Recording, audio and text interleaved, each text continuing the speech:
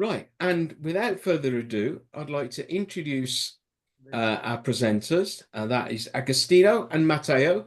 And I'm going to hand over to Matteo because he's going to be sharing his screen and doing the presentation. So over to you, Matteo, and welcome. And if you've just joined us, welcome to you as well. And if you missed what I said at the start, please use the chat facility to ask any questions. Over to you, Matteo. Okay, thank you very much, Brett, for handing over to me. And of course, thank you, EBCU, for asking us to run this webinar tonight. And finally, welcome everyone to this online session. So I know what most of you are now thinking. You are thinking, well, tonight we're gonna hear two Italian folks talking about Pilsner, and this looks a little bit strange, right? However, stay with us because tonight we're gonna tell you all about Italian style Pilsner. And I have here with me a very special guest, is Agostino Arioli. Agostino is the brewmaster and founder of Birrificio Italiano. But on top of that, he's the man who started the Italian Pils revolution here in Italy. Agostino, are you there? Yeah, he's there. I can see him. You're muted, Agostino. Okay, can you hear me? Yep. Yes, we can hear you very well. Hi, everybody. Hi, Agostino. Hi. So I will start sharing the presentation for tonight. Just give me 1 second, and please confirm.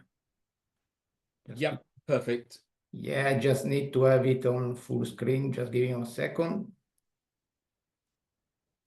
Okay, very good. Very good, excellent. So as I said before, tonight we're gonna talk about Italian style Pilsner, and this is a style that is derived from traditional German and Czech Pils with a specific peculiarities, including a very Italian unique touch thanks to dry hopping. I have agreed with Agostino, you know, that tonight we will run this webinar into 4 main sections. The first one being around Italy's brewing identity, you know, a little bit on the story of beer in Italy, but this is important to understand the context in which Italian Pils has grown up. Then we will talk about the key features of an Italian Pils, and then we will talk about the origins of Italian Pils. And finally, but to me most importantly, we will have a special Q&A session with Agostino. And for this reason, you know, I've agreed with Agostino that I will run the first 3 sections. I will try, of course, to be as quick as possible to give more room to Agostino for, you know, his insights into this style. And if you have any questions, please take note or include your questions in the chat. So towards the end of the first 3 sections, we can start with a Q&A session. Just only a few additional notes on myself. I'm an UBT, which stands for Unionbirrai Beer Testers. We are an independent group of, let's say, beer lovers supporting Unionbirrai in promoting the culture of craft beer in Italy and possibly abroad. This is a volunteer role, and in my professional life, I am an M&A advisor, helping clients in buying and selling businesses in Italy and cross-border with a specific focus on food and beverage, including beer. So I can match the professional life with my volunteer role with Unionbirrai. Let's move to Italy's brewing identity, and let's, Agostino, of course, whenever you want, you can jump in. I will try to run this section and then hand over to you for the Q&A in any case. Okay, let's start with a key question, which in my view is important to understand the context. Does Italy have historic beer styles? The answer, unfortunately, is no, because in Italy, we don't have historic beer style like Germany, Belgium, Czech Republic, the UK, or other, countries. And the reason is that Italy has been historically a wine-centric country.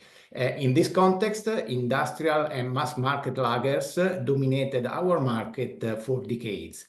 However, this is not necessarily bad news, because in this context, Italian brewers had more room to innovate. But I will come back on this in a minute. As I said, Italy is a wine-centric country, although we have archaeological discoveries dating the production and consumption of beer in Italy centuries before Christ. For example, Phoenicians in Sicily consumed beer 700 years before Christ, and we have an important discovery recently in North Italy, in Varallo Pombia, where a necropolis dated 600 years before Christ was found, and it included a cup with the traces of beer and hops. So basically, Italy is a place where beer has been produced and consumed for centuries. However, Italy sits in South Europe, in the same geographical area as France, Portugal, Spain, Greece, and for this reason, wine is the most common fermented beverage available, and because wine grows up very easily in this geographical area, and therefore we are full of vineyards. We also have the traditions of ancient peoples. Greeks and Romans loved wine. And we also have religious influences, because Italy is a Catholic church, and, is a Catholic place. And when you go to the church, basically the priest, celebrates the Last Supper of Jesus Christ with wine and bread, not with beer and bread, unfortunately. So this had also an impact on the beer culture in Italy. And finally, the farmers, producing wine have historically been a very important lobby in Italy. And for this reason, drinks in Italy, when alcoholic drinks pays excise duties, except for wine. And for wine is off the bill. Despite this situation, as you see in the graph on the right, in the last 40 years or so, wine consumption per head has been declining, and beer has been increasing. And that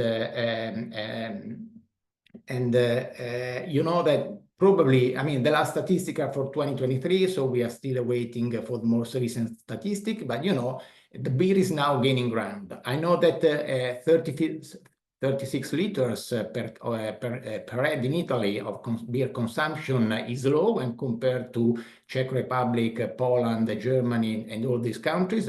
However, beer is now gaining ground. So all this context just to tell you, that the context is Italy has no brewing tradition. We don't have legal or stylistic constraints. However, Italy has the so-called Italian taste and creativity. We have a rich variety of regional, local agricultural products. And therefore, in this context of no styles to follow, Italian brewers, started applying innovation and creativity to beer, like we did for food, wine, and art. I will summarize here very quickly, the rise, the key milestone of the rise of the Italian craft beer. In 1995, we had a law, permitting home brewing in Italy. 1996 is the year considered as a symbolic birth date for Italian craft beer, and the reason is that 5 important breweries started operation in that year. It's Birrificio Lambrate, Birrificio Italiano, Beba, Birra Turbacci, and Birra Baladen. Of course, we had other brewers starting in that years, before and just after 1996, but this is considered, a sort of a standard date for Italian craft beer. In 1998, Unionbirrai, the independent association of craft brewers, started operations. In 2005, you know, the Birra dell'Anno competition, the most important craft beer competition in Italy started, and in 2015 we had Italian grape ales recognized by BJCP as an Italian style. As we will see in a second, Italian grape ale is another important beer style in Italy. In 2016, a new law was introduced in Italy thanks to the support of Unionbirrai to protect the definition of craft beer. So basically in Italy, a beer can be labeled as craft only if meets specific requirements as defined by law. I think that Italy is probably one of the few countries in the world, if not the only, having you know, a law protecting craft beer. And now we come to Italian Pils. In 2021, Italian Pils was included in the Birra dell'Anno styles, in the Birra dell'Anno, which is the Italian competition of craft beer. And most importantly, in 2024, Italian Pils was included in the Brewers Association guidelines in the US, which means that in the 2025 World Beer Cup, you know, Italian Pils will be part of the competition. Just to conclude this first section, I think that in Italy, at the end of the day, we have three major categories or styles of beer. One, the so-called Italian terroir beers or birre del territorio. These are beers prepared adding local agricultural product, like, for example, chestnuts, honey, rustic spelt, which is farro in Italian, ancient grains, and many, many more local produce. Then we have Italian grape ales, which is pretty popular also abroad now. This is a beer, first of all, but it is a sort of crossover between beer and wine, because traditional brewing of beer is combined with the winemaking techniques like grape addition, fermentation methodologies, barrel aging, and so on. So it is a sort of crossover between beer and wine, although, of course, beer is prevailing. And then we have to the topic of tonight, Italian Pilsner. Italian Pilsner is an unfiltered, unpasteurized lager inspired by German and Czech Pilsner, but with specific peculiarities and uniquely dry hopped with the noble hops to add a special Italian touch. So let's move to the second section, and this is more related to the key features of Italian Pilsner. So what makes an Italian Pilsner? Based on what I've just said, it looks very simple. An Italian Pilsner is a dry hopped German Pils. Well, yes, because dry hopped must be there to have an Italian Pilsner. However, there is much more to it. So it's not only dry hopping, but there are many more features. Let's start with this. Italian Pils are richer, you know, with hops adding complexity and in particular character. Italian Pils may have a bit haziness, which is permitted. And the reason is that these are unfiltered beers. In some ways, we should probably call them Keller Pils or Keller because, you know, they may be a little bit hazy. The reason is we come back 1 second to the law protecting, protecting craft beer in Italy. The law provides inter alia that a craft beer cannot be pasteurized nor filtered. And for this reason, the beer can be a little bit hazy. But let's come back to a must-have. A must-have is hop character enhanced by dry hopping. When we say dry hopping, it could be fermentation. It could be dry hopping during the fermentation stage, so when yeast is still active and fermenting the wort. Dry hopping could be when fermentation is complete during the maturation or conditioning phase of the beer production. You may also have late hopping, so in the final part of the kettle boil, or you can also have post flame out. You know, so basically you dry hop when the wort starts cooling down. However, what is important, dry hopping is a must for an Italian Pilsner.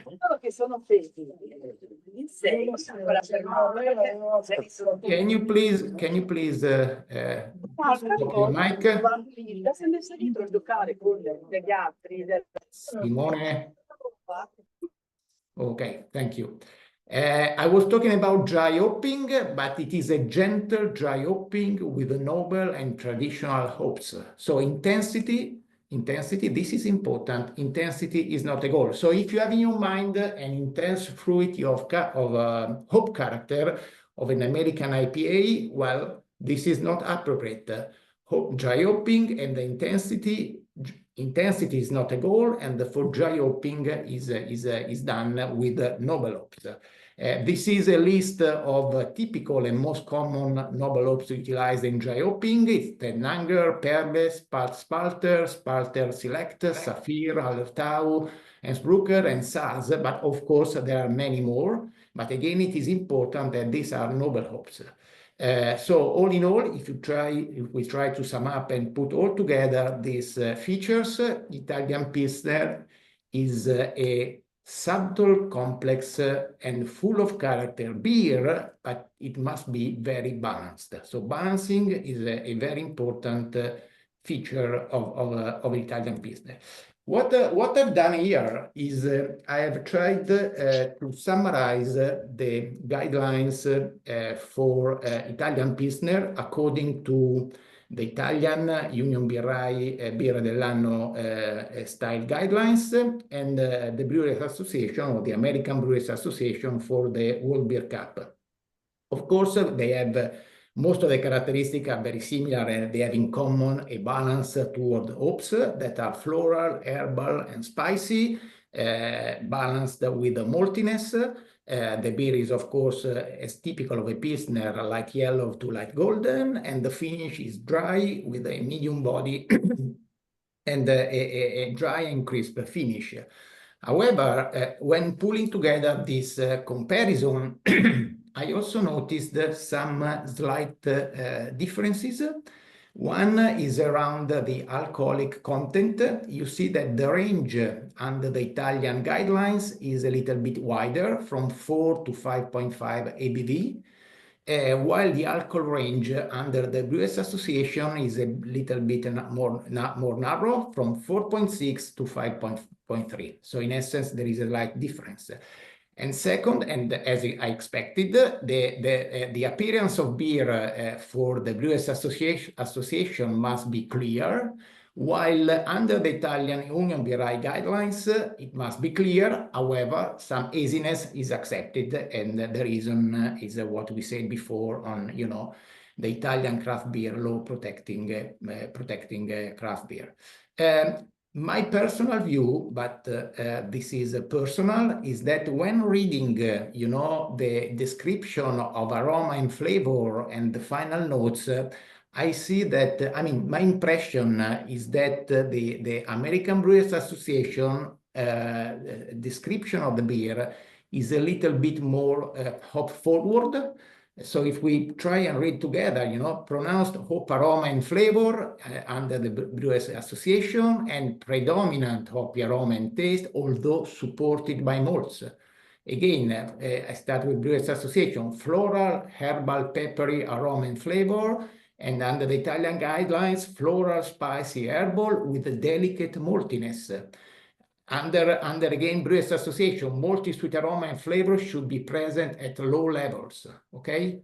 Then again, Brewers Association, hop character is assertive, crisp and aromatic. Italian, hop character more intense compared to German Pilsner. And finally, medium to high bitterness under the BA guidelines and balance toward bitterness and hops. My personal view is that, as you can expect, under the American guidelines, the beer is a little bit more hoppy than, so it's more hop forward, let's say, as compared to the Italian guidelines. It's a very subtle difference. It's also a personal view. For the rest, they are pretty similar. I would suggest to move, in the interest of time, to the origins origins of Italian Pils, and now we talk more about Agostino and Birrificio Italiano, because it all started here in 1996. And when I say here, I mean in Lurago Marinone. Lurago Marinone is a village between Milan and Como, so in north of Italy. Birrificio Italiano was founded in 1994. Then started operation in 1996, which explains that it took almost 2 years to Agostino and his team to cope with Italian bureaucracy and red tape, because it was the time necessary to have all the papers in order to start up a brewery, in particular a small brewery at that point in time. But starting from 1996, Birrificio Italiano became a key player in the rise of Italian craft beer. And as we will see shortly, and as I said before, Agostino and Birrificio Italiano started the Italian Pils revolution. Agostino is founder and brewmaster of Birrificio Italiano. He has a degree in agricultural sciences, and as most of other brewers, is starting well before on brewing at home. Agostino also traveled quite a lot across, not only across Italy, but also across the border in other geographies to learn brewing traditions. And this is very important, as we will see very shortly. So how a Pilsner become Italian Pilsner? So let's start saying, that Agostino applied a creative approach to innovate a traditional beer. So Agostino liked Pils, he loved Pils, he had a passion in particular for German Pils, and in particular for North German Pils. Probably Iva Pils was one of his favorite Pilsner. However, he wanted to add more freshness to the beer, and also a sort of herbaceous twist to a traditional North German Pils. So he had a new vision. He wanted more hops and more character.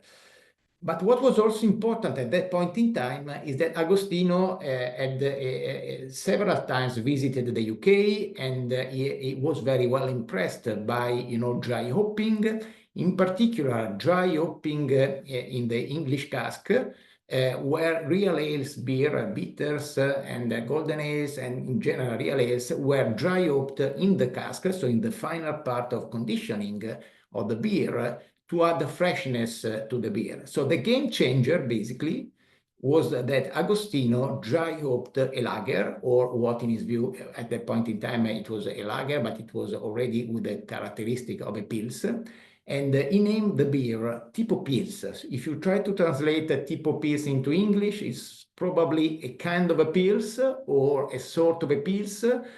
And the reason is that it was, a traditional Pils, but, with a creative and innovative approach through dry hopping. And it is the first time that, here in Italy, a beer was dry hop, and, all started with dry hopping a German-style Pils by Agostino.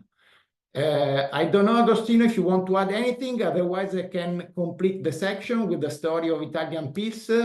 But since we are talking about you, maybe I've been accurate in some ways. So you want to add anything? I'm okay with your presentation, Matteo. Thank you so much. Okay, very I good. think that the question and answer is more interesting and more according to my way of being. So Very good. Yeah, very good. So, yes, we already discussed this point. So I will complete this section, and then I will hand over to you, and I will hand over to the audience for their questions. Okay, very good. Excellent. So let's move a little bit forward. If we try to describe what makes Tipo Pils so special, I think we have many characteristics similar to the description of the beer style guidelines that we have seen in previous slide. But of course, Tipo Pils comes earlier. So Tipo Pils is a balanced and refreshing unfiltered Pilsner.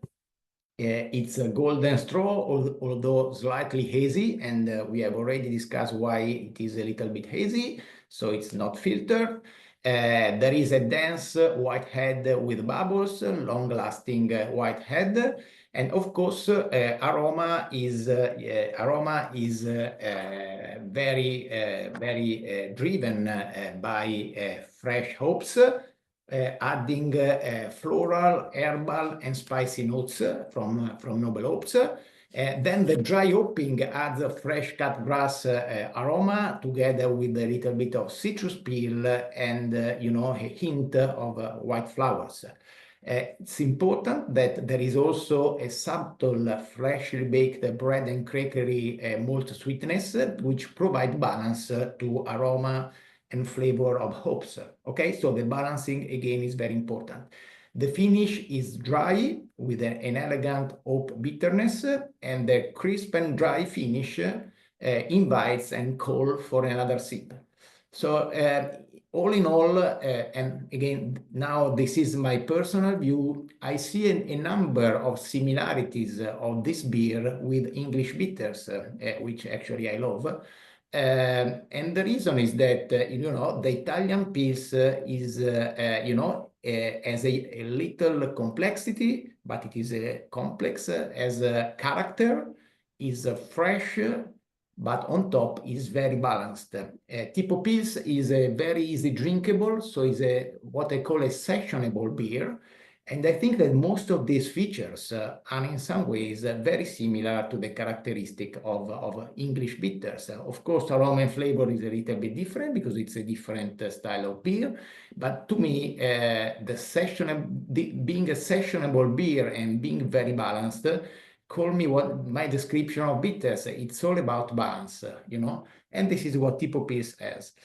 Following the start and the gaining popularity of Tipo Pils, a number of other brewers and breweries in Italy shortly after started producing and brewing Italian Pils. We have, for example, in the first wave, Via Emilia of Birrificio del Ducato, Magut of Birrificio Lambrate, and La Grigna of Birrificio Lariano. It's worth adding that the brewer of Via Emilia, which was inspired by Tipo Pils, but a little bit more hoppy, the brewers Giovanni Campari, before founding Birrificio del Ducato, spent a while working as a trainee with Agostino at Birrificio Italiano. Then there was starting after the first wave, a number of many other breweries starting brewing Italian Pils. What you see on screen is just a list of examples. So I'm sure I'm missing a number of other outstanding Italian Pils. So apologies if some other are not on this slide, but this was done in the interest of time and space. Just wanted to add more quick thing. One, the extra hop that you see in the bottom on the right is another Italian Pils brewed by Birrificio Italiano, by Agostino, but with a little difference.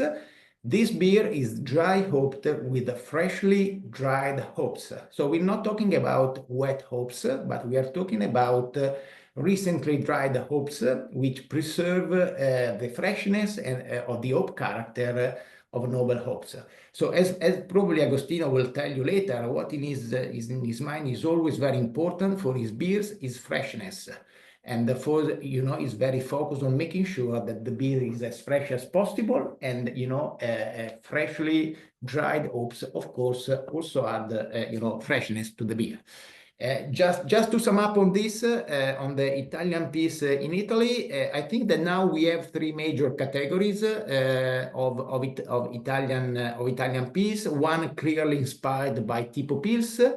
Other a little bit more hop forward, although we are always talking about noble hops, not American type hops. And then other are more classical, but all this beer, more classical, I mean more similar to German and Czech Pils, but all these beers have an Italian touch.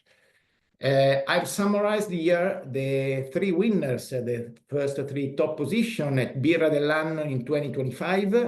The winner was 40-50-40 of Birrificio Rurale. This is a brewery based in Desio, close to Milan, in north of Italy. Second place was for Ritual Pils of Birrificio Ritual Lab. Birrificio Ritual Lab is based in central Italy, close to Rome.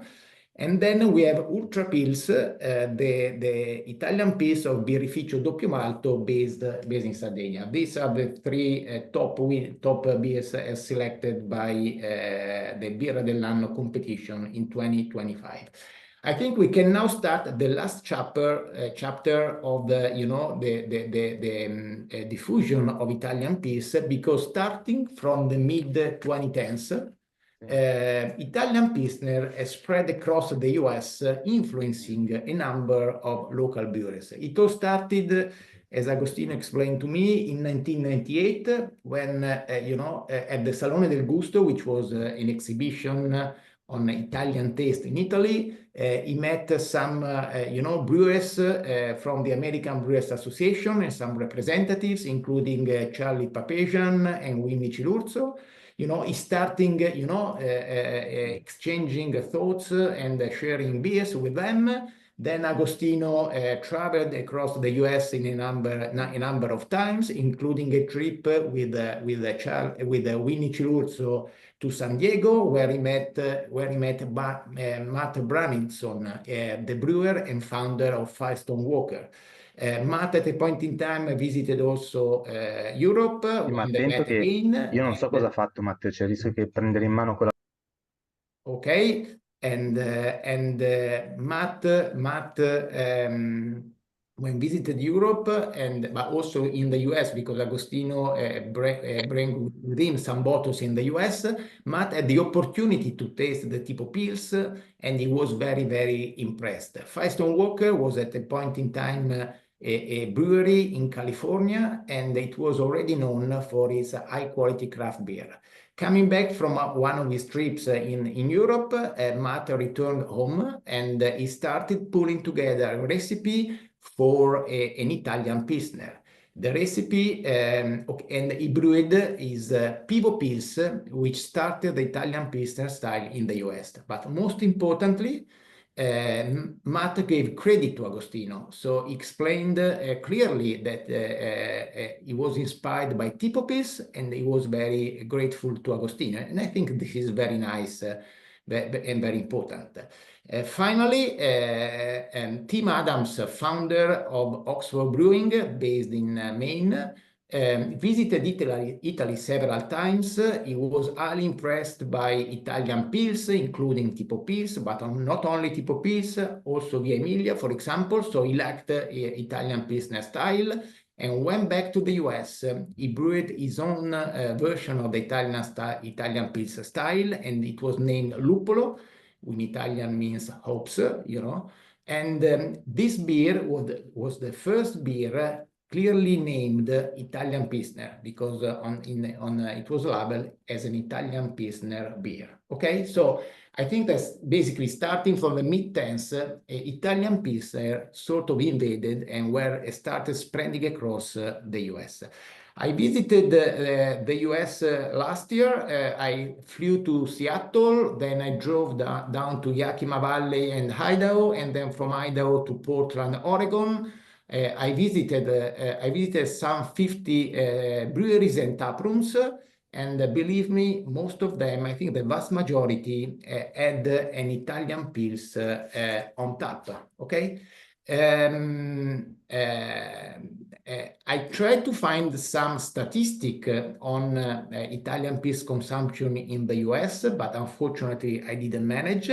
I'm pretty sure that Italian Pils is now very, very well popular. What I've done is I have selected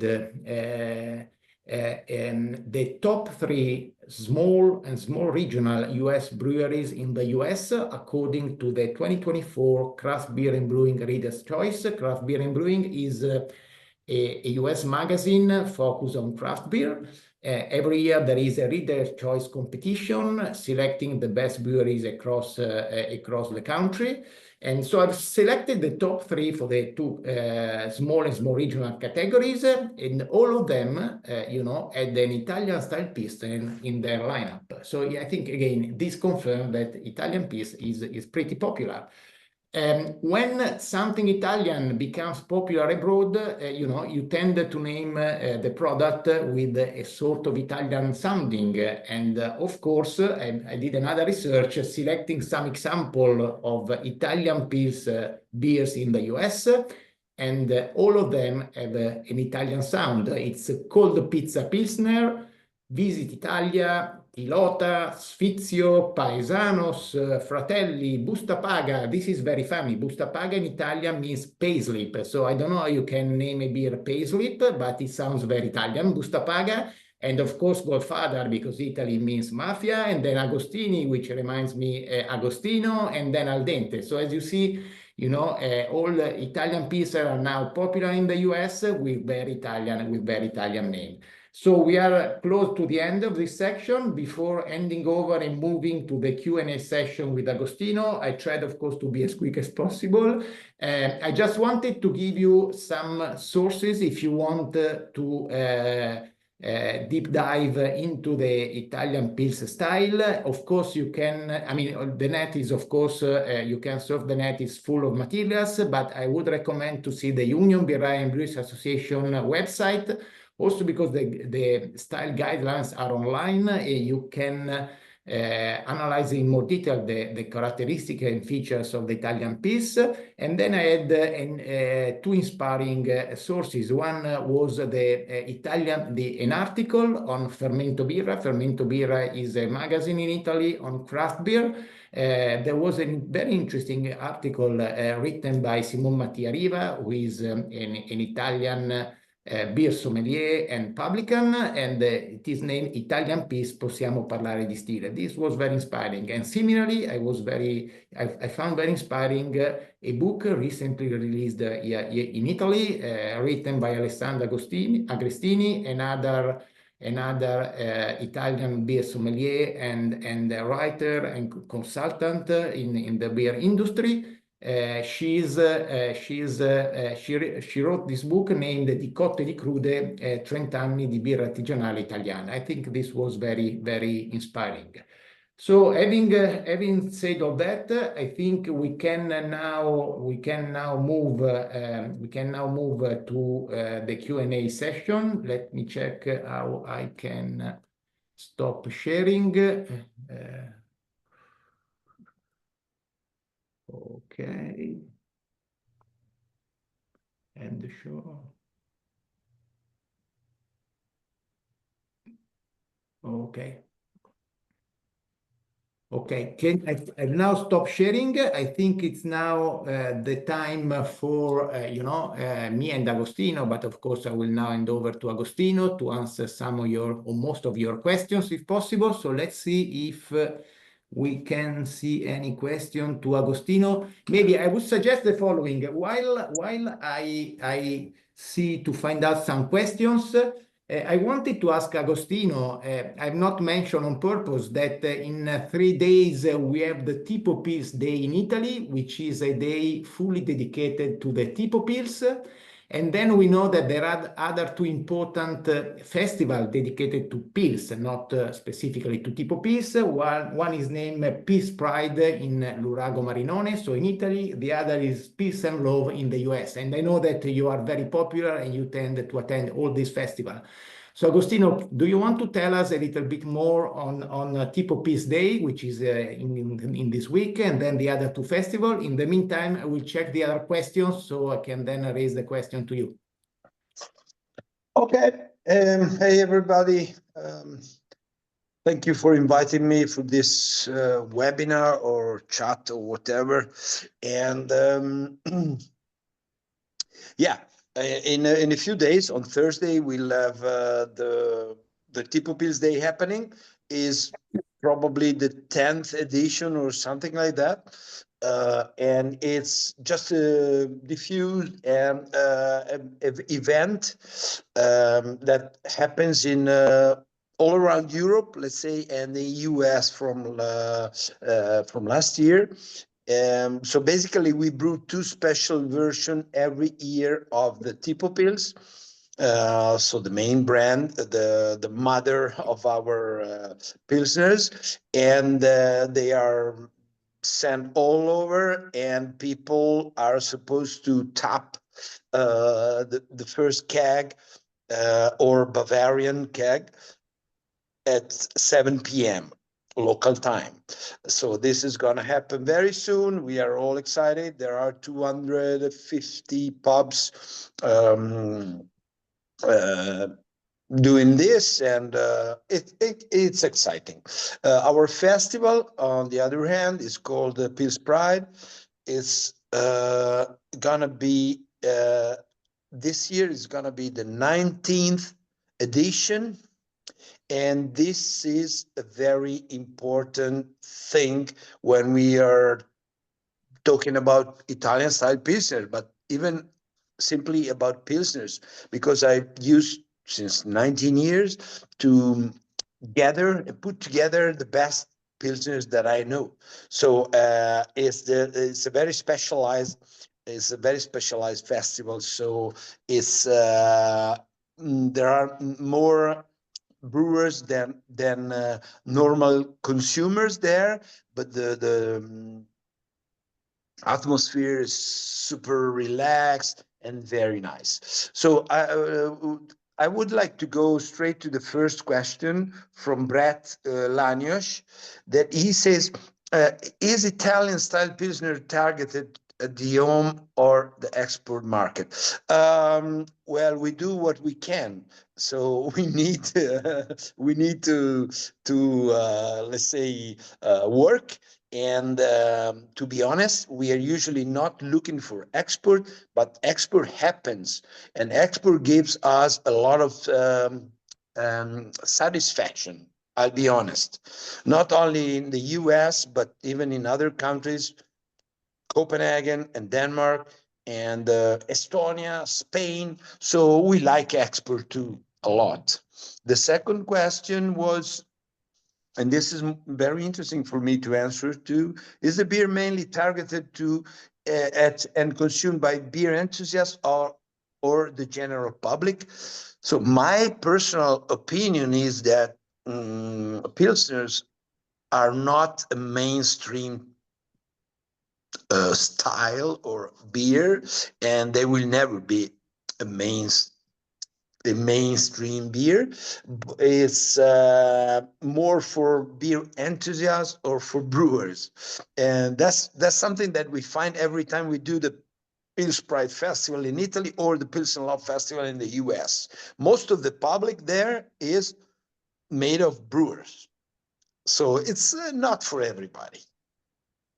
Okay. Then we have some other questions. I tried to answer all of them, but it's not so easy. And this is interesting about grown hops, Italy grown hops.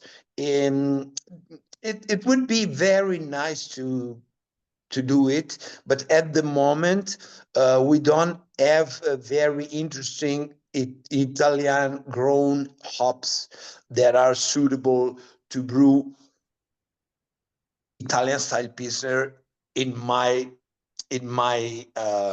way, let's say. So I'm not actually using Italian grown hops in my Italian style Pilsner. This is my experience.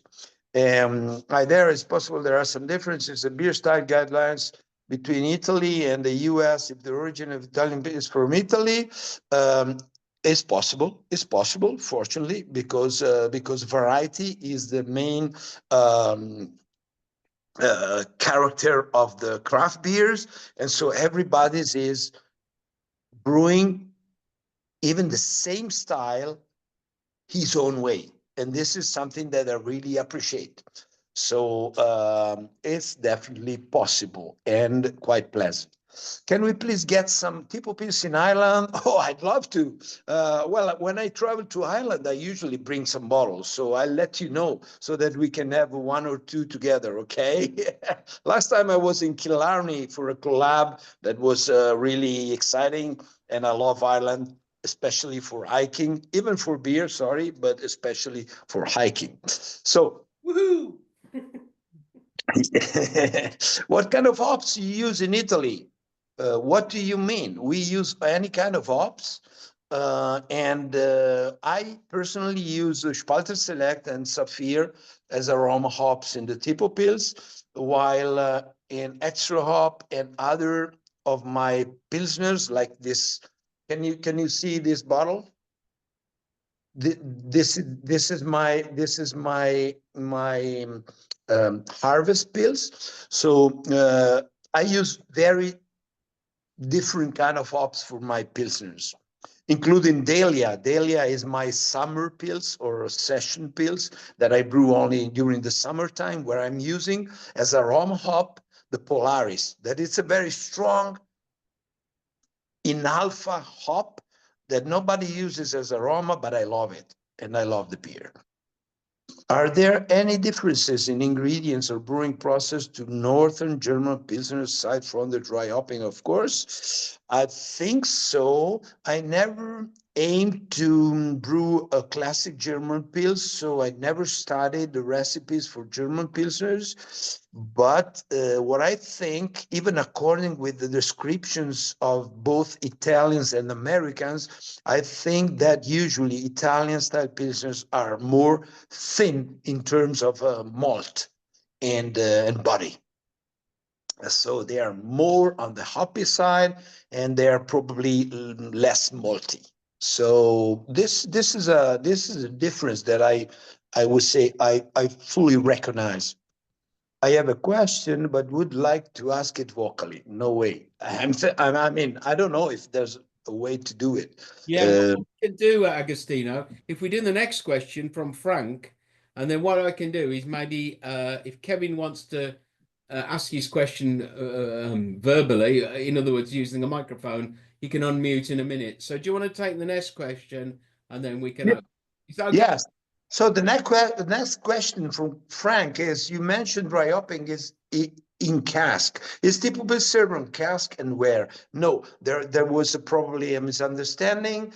The story is that when I was about to start my brewery, I visited England, and I learned about the use that bartenders used to do with real ale cask, that was to add some hop plugs into the cask. They add special faucet, special taps to provide, to prevent the clogging of the tap. And they were pouring the beer with a really fresh dry hopping.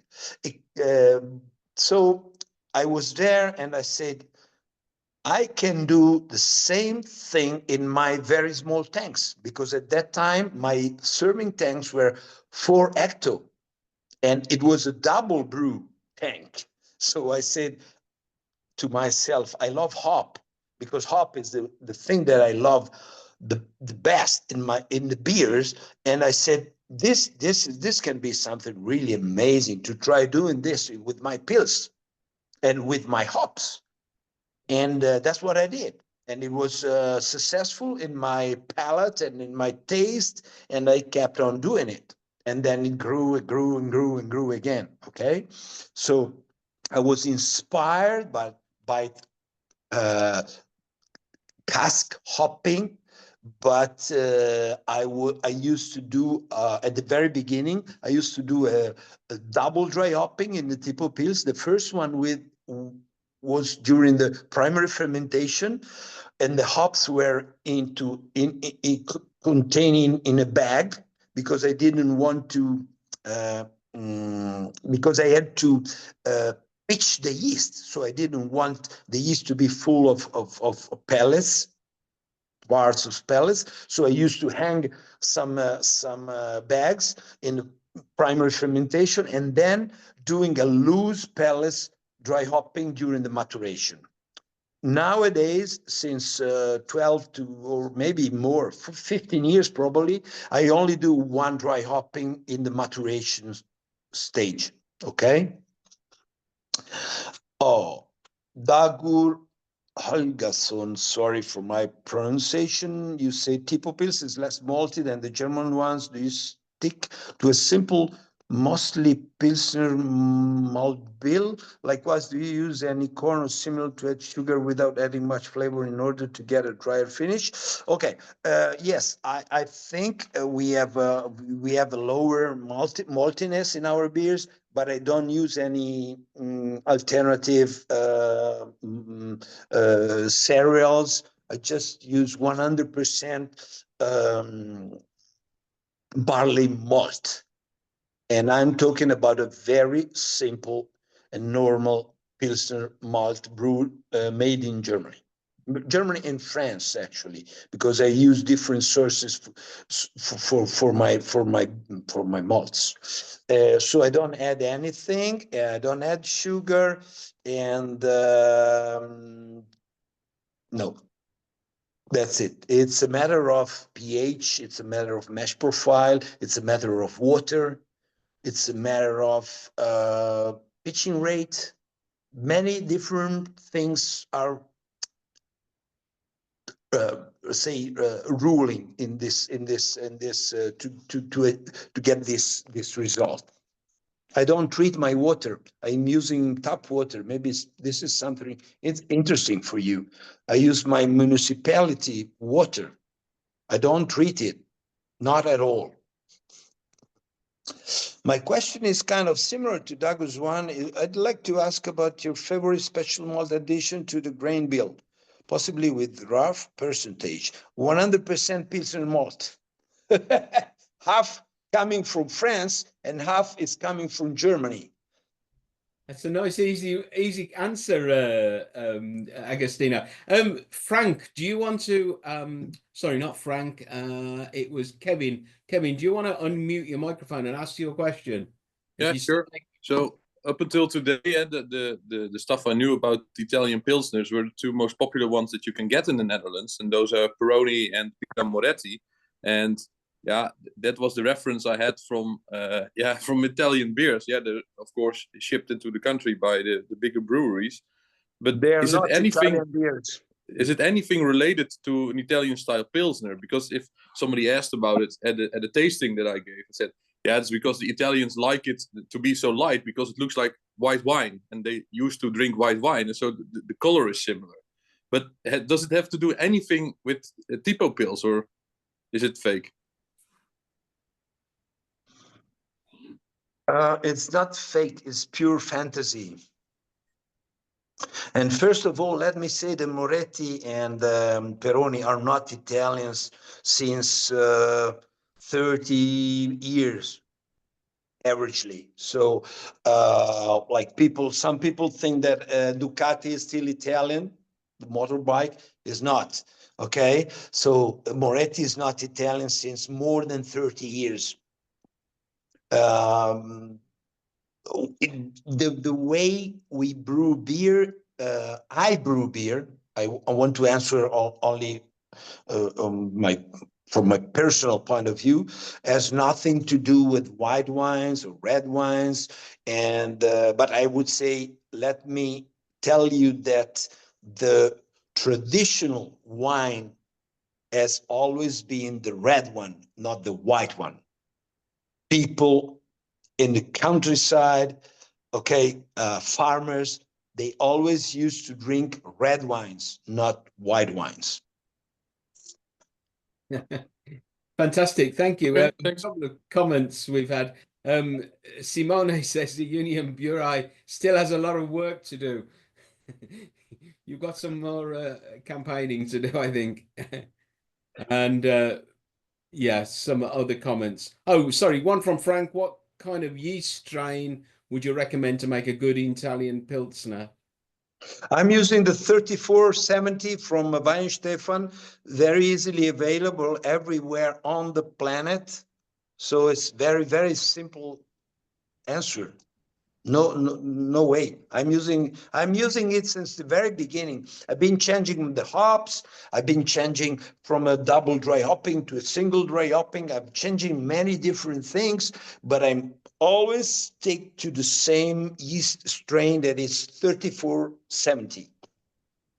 And Kevin has said that apparently Keys, in his part of the world, are brewing a fresh batch of pils, an Italian Pilsner, and it's very good and available in the Netherlands. So he's brewing Italian Pilsner in the Netherlands, but there you go. Global. That's good. That's good. I appreciate. That's fantastic. Oh, some more questions coming in. What's the fermentation temperature?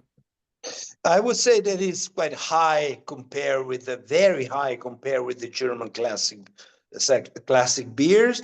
And I won't give you the right number, but it's much more high than the German standard. And I led something to this. Is not lager for a long time. The whole brewing cycle of the Tipo Pils is 5 weeks. Thanks. And Raymond has just said that apparently Maximus in the Netherlands are brewing a Mockingbird, and they call it Tipolis as a style name. So they're using it as a style name. Okay, that's something nice, but don't forget the Tipo Pils. It's a trademark in all Europe. And on that note, litigation kicks in. I'd like to thank you, Agostino, and thank Matteo as well. It's been a brilliant workshop, and I think everyone appreciates it. Don't forget, if you missed it, it'll be available online on the EBC website. So please put your hands together, and thank you, Matteo. Thank you, Agostino. Thank you, Brett. Thank you. Fantastic. Thank you. Thank you. Bye-bye. Bye-bye. Bye-bye, everybody. Thank you very much. Thank you. Cheers all.